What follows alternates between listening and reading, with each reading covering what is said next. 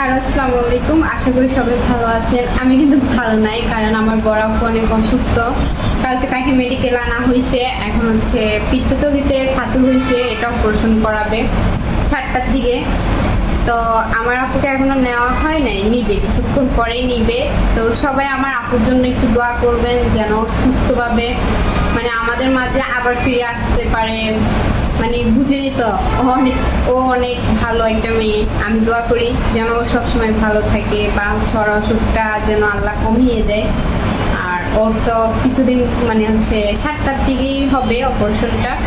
তো সবাই দোয়া করবেন যেন আমার আপুটা আমাদের মাঝে আবার সুস্থভাবে ফিরে আসে।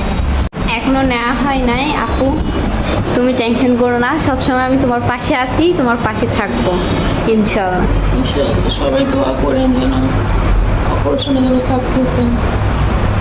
ইনশাল্লাহ সবাই দোয়া করবেন, সবাই দোয়া করেন, হ্যাঁ, আমার আপুটার জন্য।